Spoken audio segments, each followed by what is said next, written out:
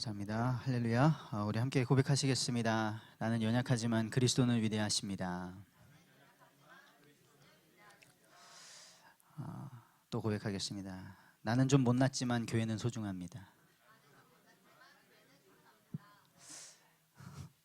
어떤 유명하신 목사님께서 좀 재밌게 인사를 하시더라고요. 막 환영해 주시고 막 이러니 강사로 가셨는데 환영해 주시니까 참 별것도 아닌 저를 아무것도 아닌 여러분이 이렇게 환영해 주신다고. 네, 저희는 그리스도 아니면 아무것도 아닌 줄 믿습니다. 먼저 서론적으로 우리 강단 말씀을 다시 생각하기를 원하는데요. 세 가지 단어죠. 이것은 목사님께서 멋있게 정리하신 말씀이 아니라 모세가 출애굽해서 그렇게 400년 동안 종노릇 하던 곳에서 하나님의 은혜로 출애굽을 했는데 광야 40년 동안 그렇게 불신앙하고 죽어가고 결국엔 1세대는 못 들어가고 이런 상황 속에서 가나안 땅을 보니 이대로 들어가면 어떻게 되려나. 그래서 눈물로 외친 마지막 설교였습니다. 먼저 뭐라고 하셨죠? 기억하라고 하셨죠. 그리고 사랑하라고 하셨고요. 그리고 선택하라고 하셨습니다. 근데 부제가 있었죠. 십자가로 돌아오라. 그렇습니다. 우리가 기준은 십자가가 돼야 된다는 것을 저는 이번 주 강단 말씀을 들으면서 제 마음에 다시 한번 새겼습니다. 왜냐면요, 제 자신을 보니까 기준이 십자가가 되자면 저는 기억을 잘 합니다. 뭘 잘 기억하냐면, 저 기억 잘 못한다는 거 많이 들으셨잖아요. 잘 까먹는 거. 그런 거 까먹어요. 중요한 걸 까먹고 뭘 기억하냐, 막 상처받은 말 기억하고 옛날에 누가 뭐라고 했던 거, 누가 나 째려봤던 거 기억하고. 기준이 십자가가 안 되니까 이상한 거 기억해요. 그래서 우리가 무엇을 기억해야 되냐, 십자가 기준되지 않으면 계속 이스라엘 백성들이 기억했던 게 뭐죠? 애굽이 좋았잖아. 우리 거기에서 그래도 먹을 거 먹었는데 요런 반찬도 먹고 그래도 할만하지 않았나? 이렇게 이 기억이 왜곡돼가지고 틀린 거 기억합니다. 저희도 그렇죠. 저도 예전에 예수 믿게 된 자매가 했던 말이 생각나더라고요. 예수님 믿으니까 더 힘들대.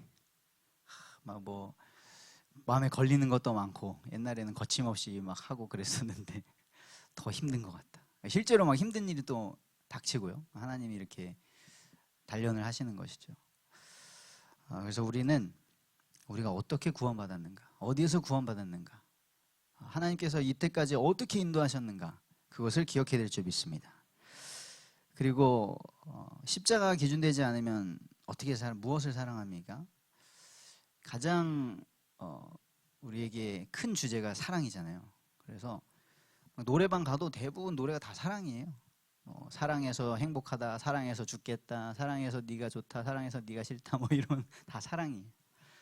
영화 뭐 만화 다 사랑인데, 또 이번 주에 되게 감사했던 게 막 이렇게 결혼 소식도 한 2명한테 듣고요, 출산 소식도 듣고, 사랑의 결실 아니겠습니까? 근데 십자가 사랑이 기준이 되지 않으면 뭘 사랑합니까? 내가 좋아하는 거, 나를 사랑해주는 사람, 내 우상을 사랑합니다.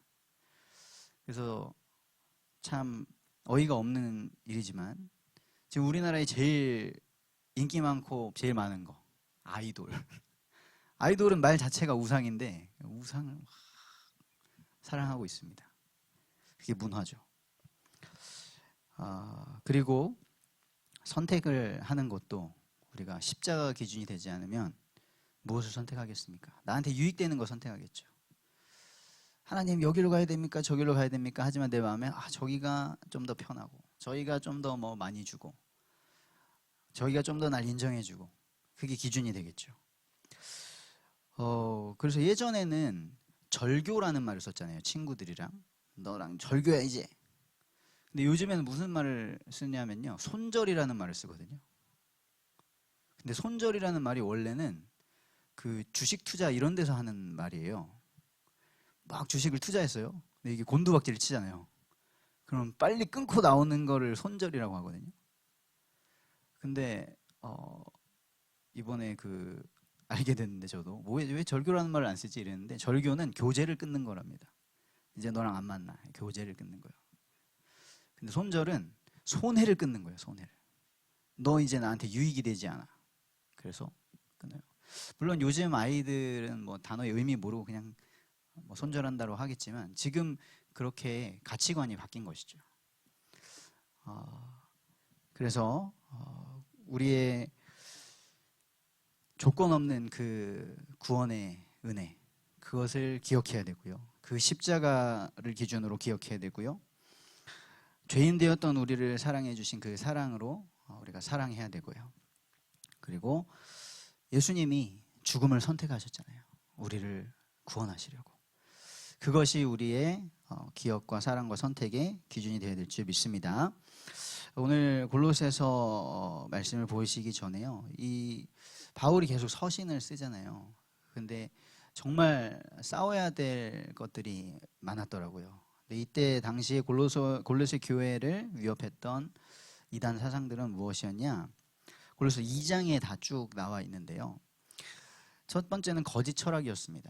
그래서 2장 8절에 보면은 누가 철학과 헛된 속임수로 너희를 사로잡을까 주의하라 이러는데, 이때 많이 했던 거짓 철학이 뭐냐면, 물질, 이 육신, 이건 다 악한 거야 라는 거죠. 영적인 것만 선한 거고. 근데 이게 무엇에 영향을 주냐면요, 그러니까 이 물질 악하고 육신이 악한데 하나님이신 그분이 육신을 입고 오실 수 있냐? 아니라는 거죠. 예수님이 성육신 하시는 것을 거부하는 겁니다. 그리고 또 어떤 특별한 지식이 있어야 구원을 받을 수 있다는 거예요. 그냥 예수님 알고 믿고 하는 걸로 구원 안 된다는 거죠. 좀 특별한 뭔가를 알아야 돼.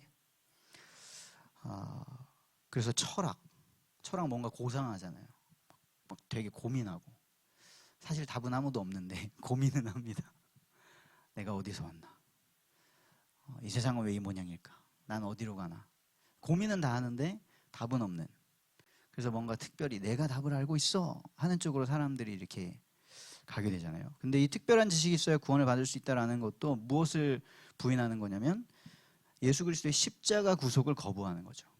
그걸 부인하는 겁니다. 예수님이 십자가상에서 내 죄를 다 담당하시고 구원의 길을 여셨다는 것을 부인하는 겁니다. 이런 철학들이 파고들었고요. 그 다음에는 유대교적 율법주의. 많이 들으셨죠? 유대인들이 너 할례 받아야 구원받는 거야, 이런 절기를 지켜야 구원받는 거야 라는 걸로 하는 거예요. 그래서 2장 16절에 보면 먹고 마시는 것, 절기, 초하루, 안식일 이런 걸 가지고 구원과 연결을 시키는 거죠. 이방인들이 얼마나 힘들겠습니까? 그리고 또 하나는 천사 숭배. 천사는 굉장히 좀 특이한 존재잖아요. 특별한 존재고.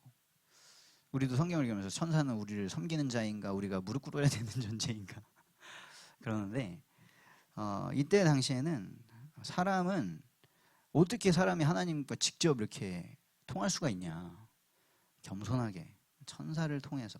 그래서 천사를 숭배하게 되는 거예요. 희한하게 천주교에서도 어떻게 예수님께 직접, 마리아에게 통해서 하기도 하고, 이런 것들이 또 파고든 것이고요.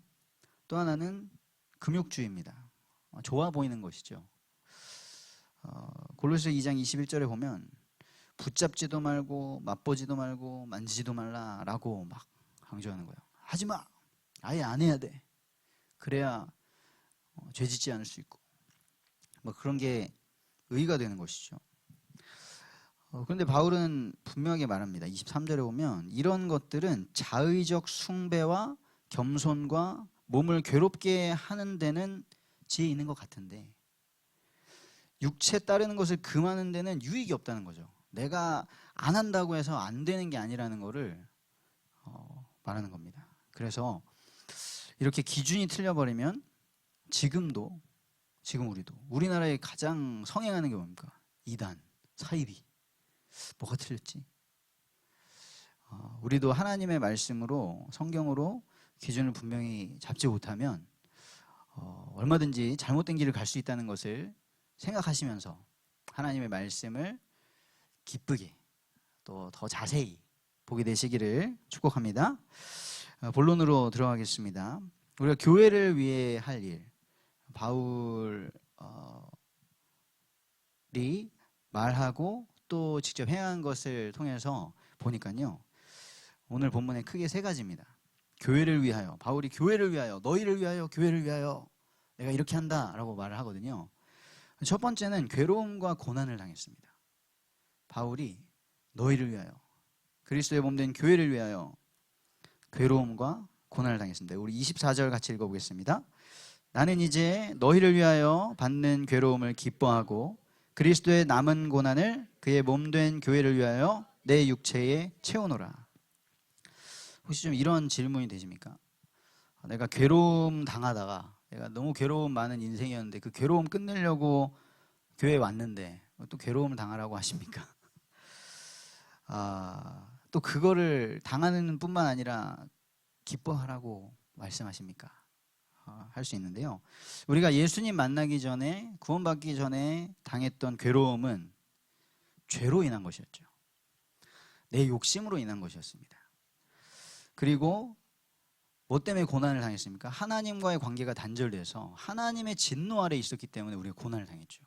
근데 지금 이 바울이 말하는 괴로움과 고난은 무엇입니까? 바로 그리스도로 인한, 구원으로 인한 그 소망으로 인내하는 것이죠. 우리가 구원받으면 다 이렇게 행복하게 살았답니다 될 것 같았는데, 내 안에 내가 너무나 많고 내 안에 죄악된 것이 너무나 많아서 한도 끝도 없는 거죠. 그런데 그 그리스도께서 이런 나를 구원하셨다고, 그리스도께서 이런 나를 위해 십자가를 지셨다고, 그리고 나를 충성된 자로 여기셔서 일꾼 삼으셨다고 하니까 막 인내가 되는 거예요. 천국 갈 때까지 견디고 인내를 하는 거죠. 그리고 막 핍박을 하는데, 나 예수 믿는다고, 그 토요일 날 청년들이 원데이 캠프 갔다는데요. 거기서 저희 겨울 때 교회 학교도 갔던 수련회 선교회 팀인데 막 랩으로 외쳐요. 나는야 예수쟁이라고.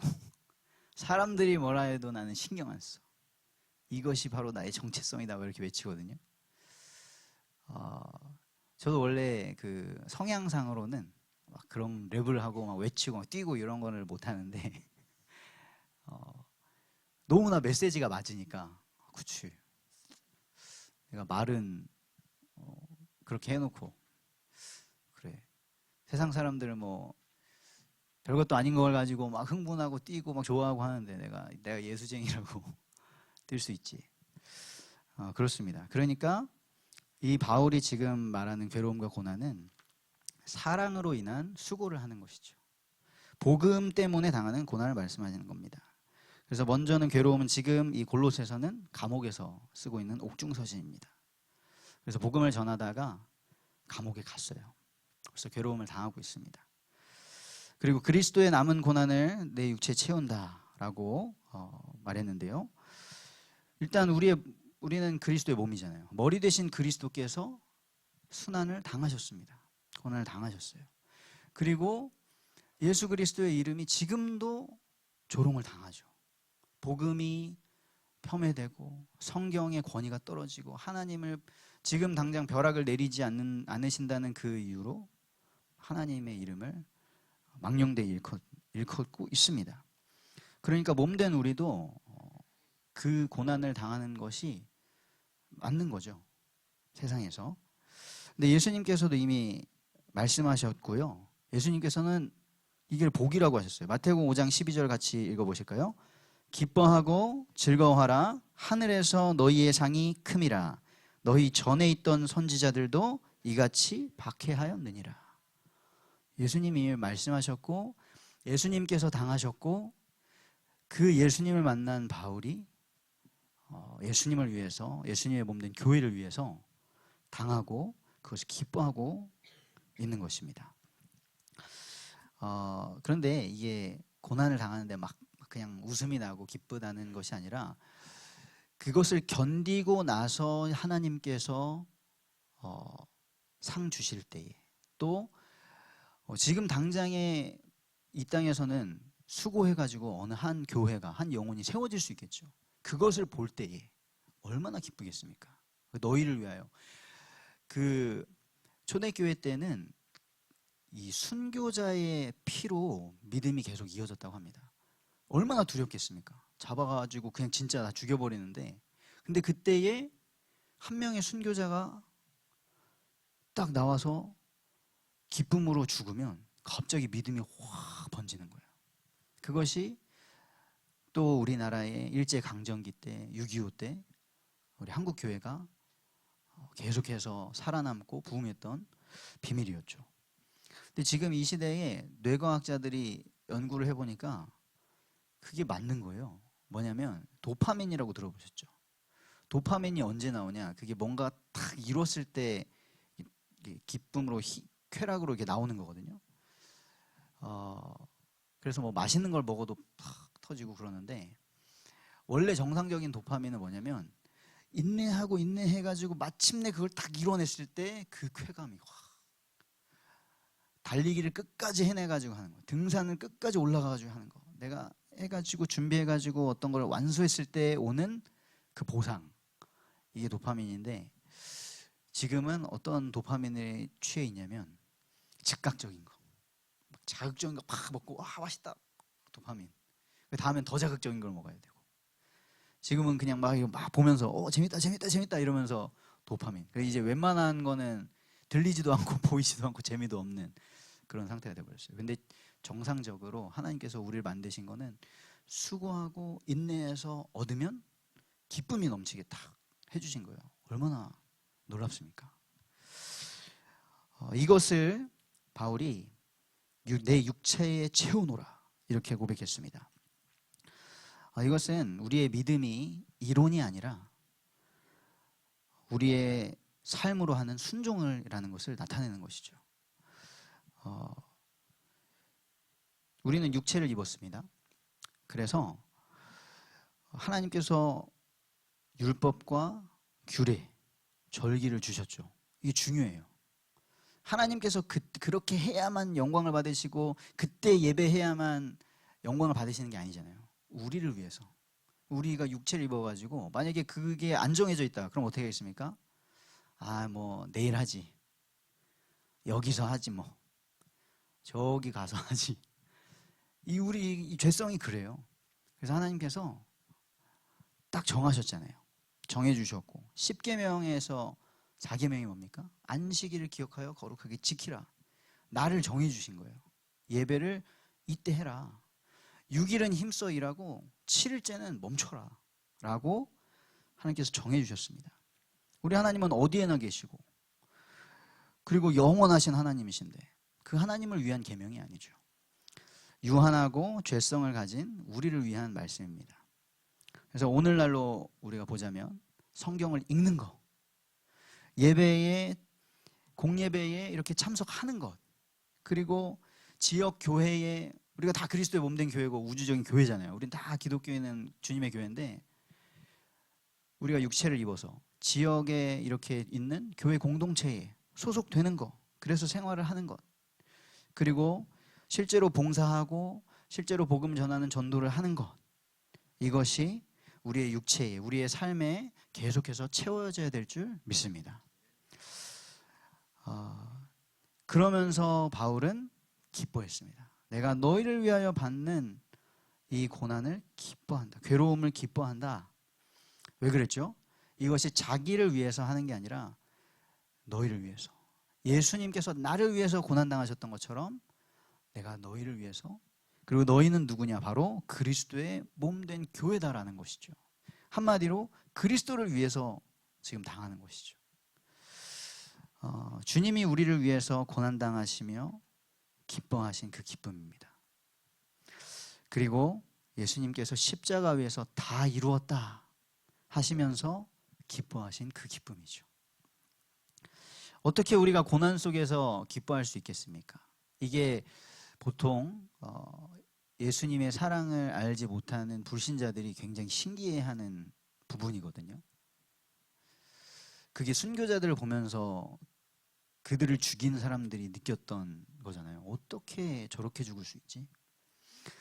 어떻게 우리는 장례식 때마다 찬양을 하고, 물론 떠나보낸 그런 상실감이 있긴 하지만 그걸로 인하여서 또 다른 사람이 믿음의 결단을 하고 막 돌아오고 이렇게 있잖아요.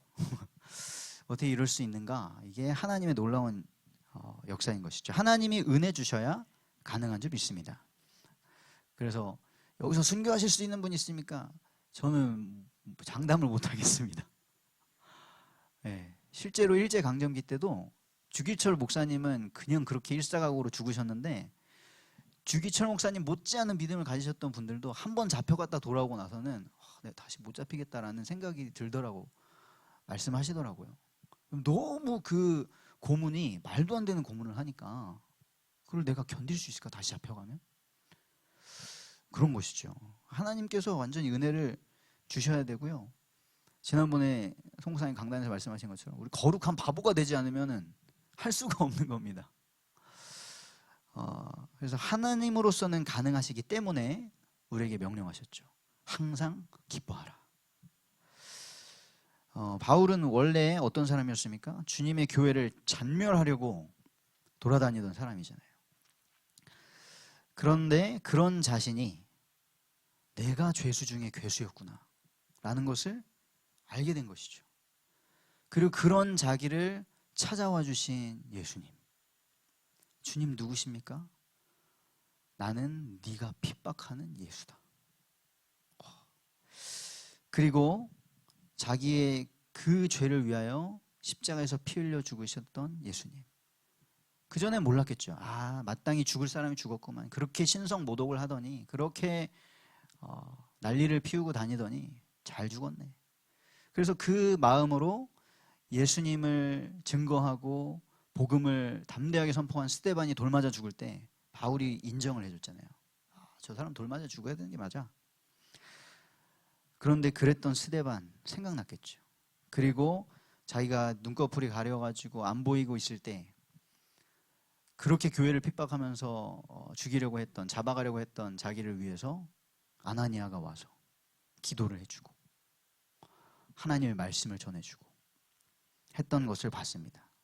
그리고 이제 바울이 교회를 위하여서 자기 인생을 드린 일꾼이 된 것이죠. 이것이 복음의 능력인 줄 믿습니다. 두 번째로 교회를 위해 할 일은 교회를 위해 일꾼이 되는 것입니다. 왜 우리가 일꾼이 되어야 됩니까? 하나님의 말씀을 이루려고. 우리 25절부터 27절 같이 보시겠습니다. 내가 교회의 일꾼 된 것은 하나님이 너희를 위하여 내게 주신 직분을 따라 하나님의 말씀을 이루려 함이니라. 이 비밀은 만세와 만대로부터 감추어졌던 것인데 이제는 그의 성도들에게 나타났고 하나님이 그들로 하여금 이 비밀의 영광이 이방인 가운데 얼마나 풍성한지를 알게 하려 하심이라. 이 비밀은 너희 안에 계신 그리스도시니 곧 영광의 소망이니라. 아멘. 직분은 하나님이 주신 것입니다. 그렇기 때문에 우리는 청직입니다. 청직이. 하나님의 것을 맡게 된 것이죠. 하나님께서 우리에게 왜 직분을 주셨습니까? 우리를 충성된 자로 여기셔서 주신 줄 믿습니다. 우리가 충성됐기 때문에 주신 게 아니라 너는 충성된 자야. 너는 할 수 있어. 내가 너와 함께 할 거니까. 그러고 주셨습니다. 우리는 하나님의 일을 맡은 청직이죠. 청지기는 주권을 행사하는 자가 아니라 그 일을 맡긴 주인에게 충성을 다하고 맡겨진 대로 행하는 자입니다. 우리가 이렇게 청지기로서의 직분을 감당하기 위해서는 정말 말씀과 기도로 무장되어야 됩니다. 왜냐? 그렇지 않으면 감정 따라가잖아요. 하다가 감정 상하면 못하겠고, 다 안 하면 분위기가 아니면 또 못하겠고, 상황에 따라 또 했다 안 했다가 다 할 것 같으면 막 하고, 그래서 모든 게 좀 우리가 분위기가 되게 중요하죠. 주변에 다 결혼하는 분위기면 결혼을 할 수 있을 것 같고, 다 교회 가는 분위기면 교회를 좀 가야 될 것 같고, 근데 다 뭐 결혼 안 하는 분위기면 나도 안 해도 될 것 같고, 다 그냥 예배 대충 드리는 것 같으면 나도, 다 헌금 안 하고 이러는 것 같으면 나도 헌금 안 해도 될 것 같고, 그렇습니다. 그리고 또 이 말씀과 기도로 우리가 무장되지 않으면요, 교회 일을 하는데 막 상처를 줘요. 서로 비교를 하고, 전에 했던 사람은 좀 잘했는데, 그래서 저도 몇 가지 막 이렇게 교회 시설들도 조금 수리하고 이런 걸 보면서요, 오셔서 수리하시는 분들이 꼭 하는 말씀들이 있더라고요. 이거 전에 있는 사람이 좀 잘못해 놓은 것 같다고. 저는 몰라요. 이게 잘 된 건지 못한 건지 누가 했는지 모릅니다. 근데 꼭 전에 한 사람이 좀 이게 잘못해 놨는데 내가 잘 해놨다, 이렇게 얘기를 하더라고요. 우리는 그러면 안 되는 점이 있습니다. 그래서 이렇게 말씀과 기도로 무장이 안 되면요, 서로를 세우는 것이 아니라 막 일을 하면서 서로를 세우고 힘주고 그래야 되는데, 살리고, 그런데 상처 주고 막 무너뜨리게 되는 겁니다. 혹시 여기 직분을 감당하시다가 상처를 받으신 성도님이 계십니까? 올해에 하나님께서 다시 일으켜 세워주시는 은혜를 경험하게 될 것입니다. 왜냐하면요, 제가 그렇게 기도하고 있습니다. 그래서 하나님께서 기도에 응답하실 것입니다.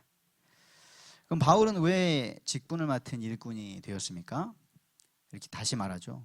교회를 위하여, 교회를 위한 것이다. 그리스도의 몸을 위한 것이다. 너희를 위한 것이다. 너희는 그리스도의 몸이다.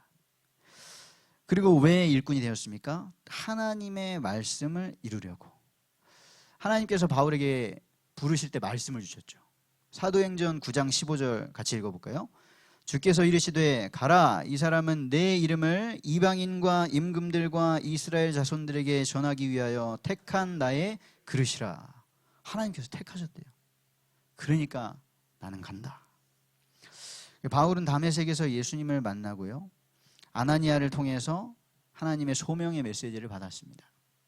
그리고 로마서에서는 이렇게 고백을 하죠. 그 소명에 따라 내가 예루살렘에서부터 일루리곤은 딱 그 로마, 이탈리아 가기 전까지거든요.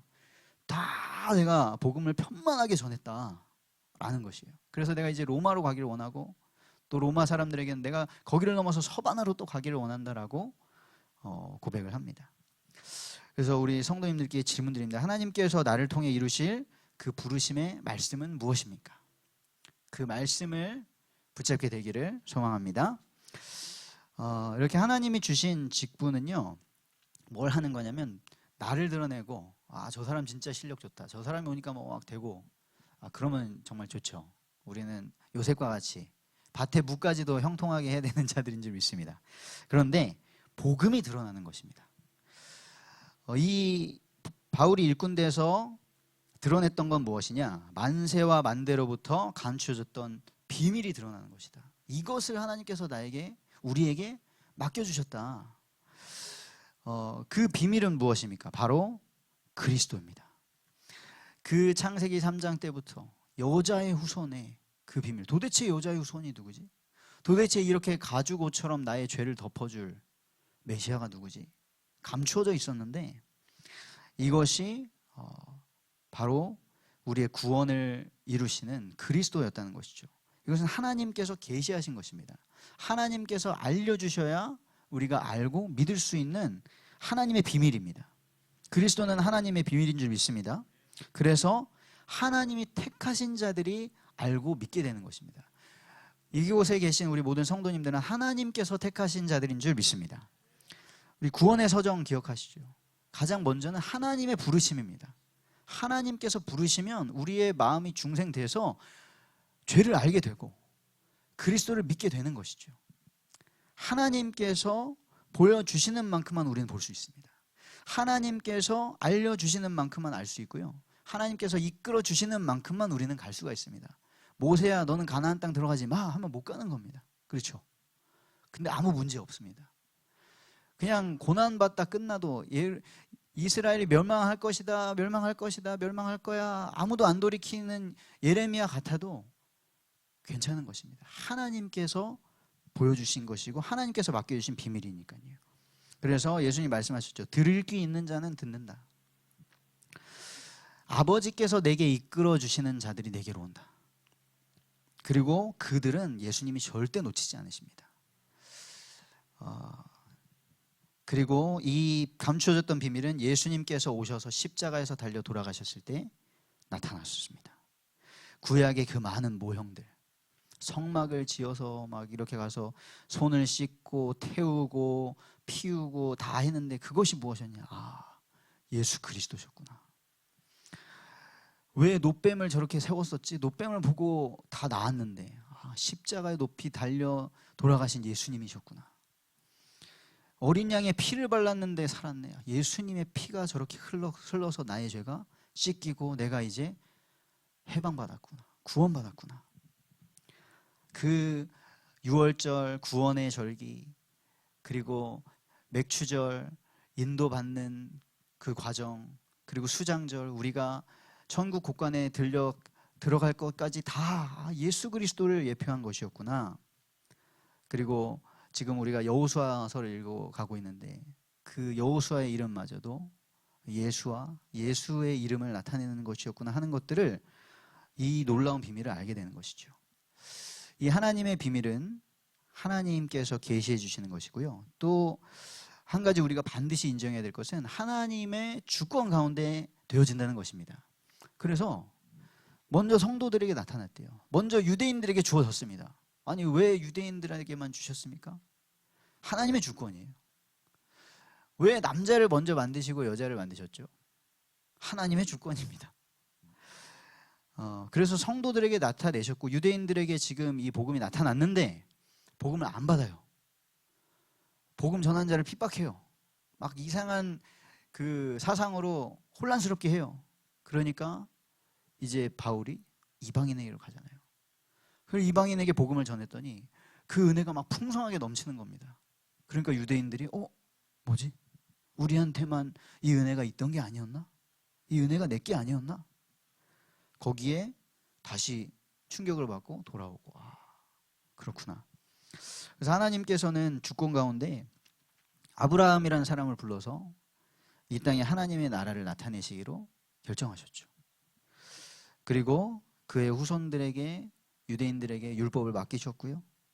구약 때부터 이미 그들을 통하여서 많은 이방인들이 하나님을 알고 돌아왔습니다. 갈렙도 이방인이었죠. 수많은 잡족들이 출애굽할 때 같이 나왔습니다. 여기 따라가야겠다.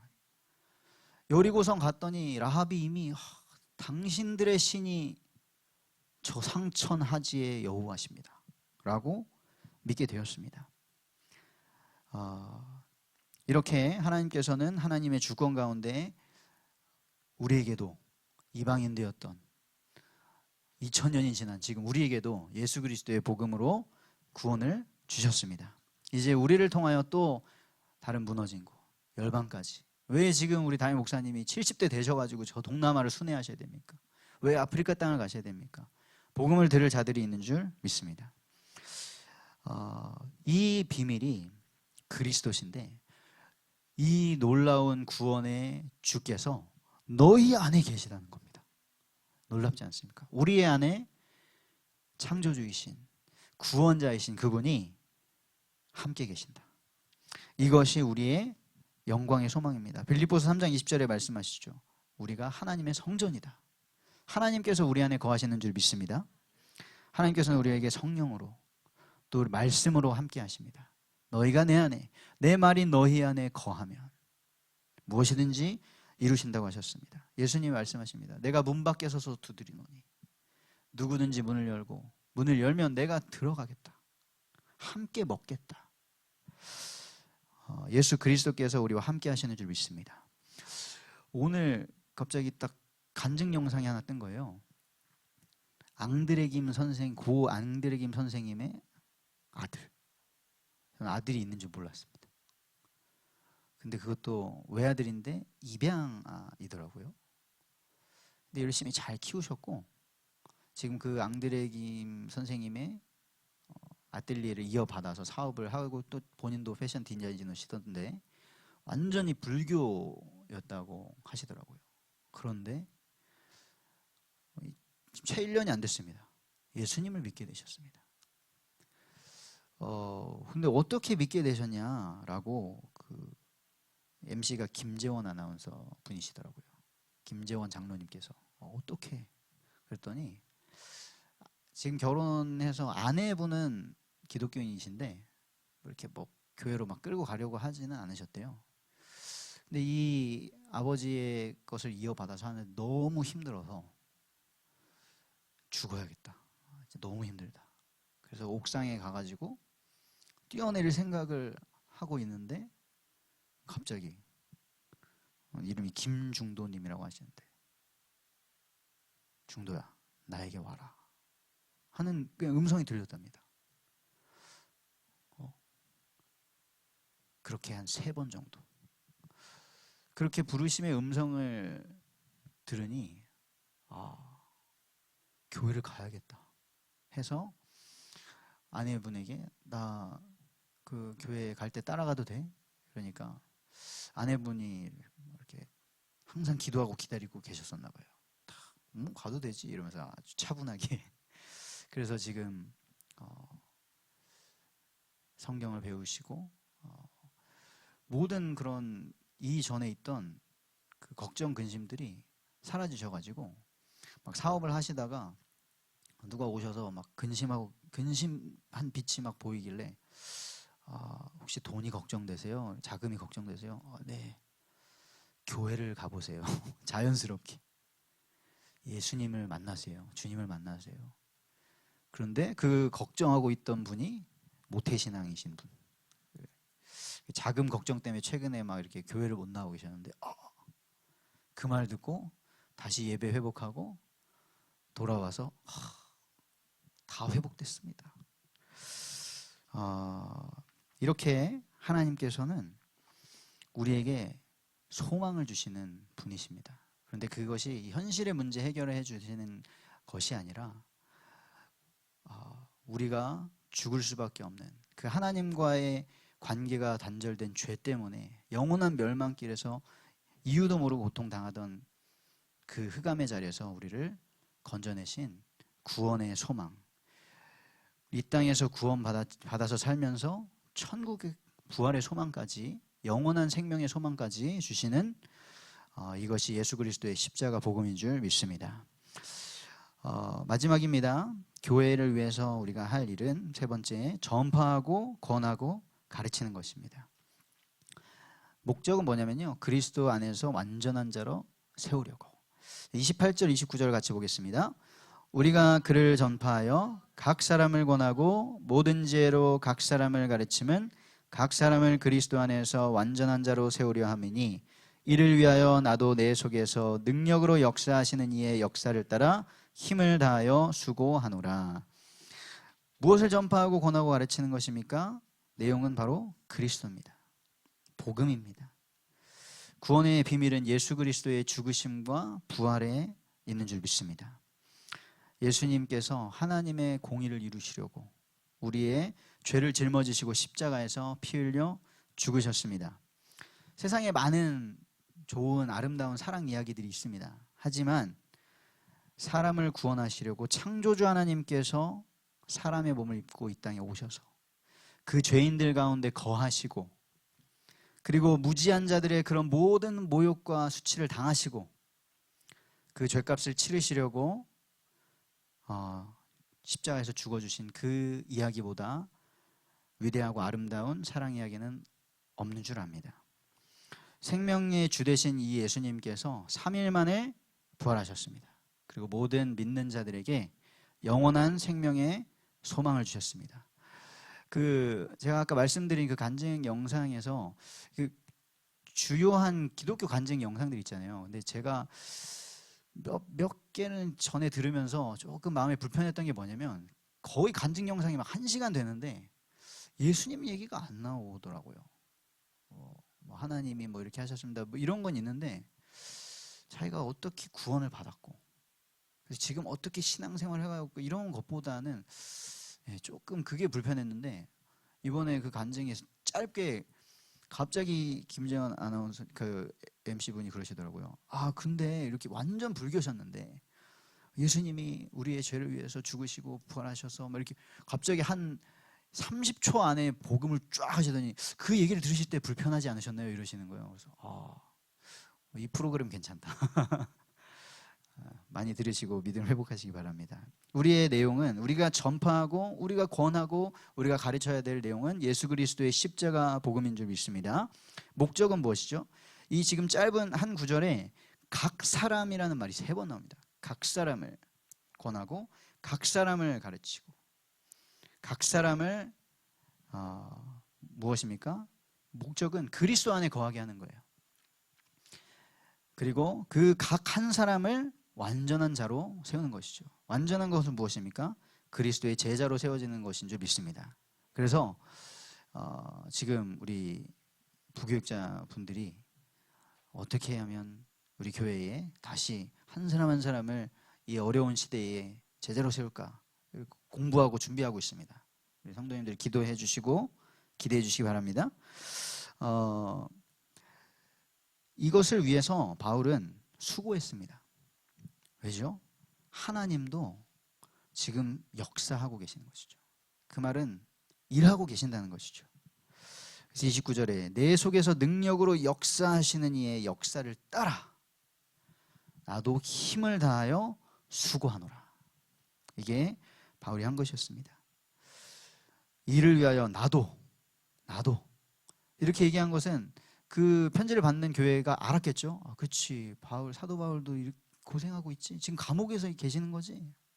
본을 보였고요. 내 속에서 역사하시는, 누가 시킨 게 아니라 내 속에서 하나님께서 지금 역사하시는 것을 아는 것이죠. 그래서 바울은 얘기했습니다. 나의 복음.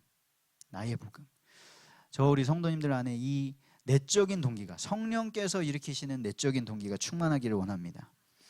그리고 이 수고를 어떻게 했냐? 능력으로 역사하시는 이의 역사를 따라. 사도행전 1장 8절에 부활의 주님 말씀하셨죠. 오직 성령이 임하시면 너희가 권능을 받고 그 능력을 따라서 우리가 증인되는 줄 믿습니다. 이것을 가지고 바울도 힘을 다하여 수고한다. 이것은 그냥 막 돌아다니면서 복음을 전하는 것뿐만 아니라, 바울이 지금 왜 이렇게 막 감옥에서까지 편지를 쓰고 합니까? 복음을 전하는 것, 감옥에서도 복음 전했죠. 그리고 이 편지를 쓰는 것은 양육하는 거잖아요. 그 교회들을 세우는 겁니다. 그리고 다른 모든 필요한 부분들에 헌신까지도 했죠. 이것이 우리가 교회를 위해 해야 될 수고인 줄 믿습니다. 올해 우리가 무너진 곳을 세우자. 이것이 우리의 주제인데요. 우리가 이것을 가지고 목표와 과정을 알고 기도했으면 좋겠습니다. 뭐냐면 이걸 생각해 보시는 거예요. 무너진 자 그냥 잠깐 넘어졌네 이렇게 세워지가 아니라, 아기가 태어나요. 그 아기가 장성한 자가 되기까지 키우는 과정을 생각해 보는 거예요. 이렇게 세워야겠구나. 운동선수가 하다가 다쳤어요. 재활을 하잖아요. 재활을 해서 다시 선수로 복귀하는 과정을 생각하면서 우리가 복음을 전합니다. 그 사람 복음을 들었어요. 아니면 예배에 참여를 했습니다. 그 다음에는 교회에서 교제도 하고 봉사에도 참여하고, 그리고 삶의 우선순위도 이렇게 조정이 돼서 삶이 하나님 중심으로 가고, 그리고 나중에는 직분까지 감당할 수 있도록 이 목표를 가지고 무너진 곳을 세우게 하소서 우리가 기도하기를 원합니다. 결론입니다. 교회에는 과거와 현재와 미래가 다 담겨 있는 것이 보입니다. 다시 말씀드리겠습니다. 교회를 위하여 할 것이 괴로움과 고난을 받는 것이었죠. 우리가 죄로 인해서 종되었고 그 옛사람의 체질 때문에 괴로움과 고난 당하던 거 다 끝났습니다. 예수 그리스도께서 친히 보여주셨습니다. 그 하나님의 형상으로 살아가는 삶을 보여주셨습니다. 우리가 그 받은 구원을 기억하기를 원합니다. 그리고 일꾼과 청지기가 돼야 된다. 이게 바로 오늘 우리가 살아가야 될 삶이죠. 어떻게 일해야 됩니까? 그냥 열심으로 내 성향으로 내 실력으로 하는 게 아니라 하나님을 사랑하고 이웃을 사랑하는 마음으로 우리가 일꾼 되기를 원합니다. 그리고 전파하고 권하고 가르쳐야 되는데요. 이것은 미래를 위한 것이죠. 지금 당장은 막 복음 전하는데 안 들을 수도 있고요. 하나도 열매가 없는 것 같기도 하고, 지금 내 자녀 막 잘못되는 것 같기도 하고. 그런데 그렇지 않습니다. 미래와 우리 후대들을 위하여서 이렇게 복음을 전파하고 가르치고 권하는 것을 선택하기를 원합니다. 오늘도 함께 예배를 하는 우리 모든 성도님들, 우리가 주님의 교회가 되었습니다. 주님의 교회를 위하여서 바울과 같이 기쁨으로 주님께서 맡겨주신 일들을 해나가면서 무너진 곳을 세우는 저 우리 모든 성도님 되시기를 주님의 이름으로 축복합니다.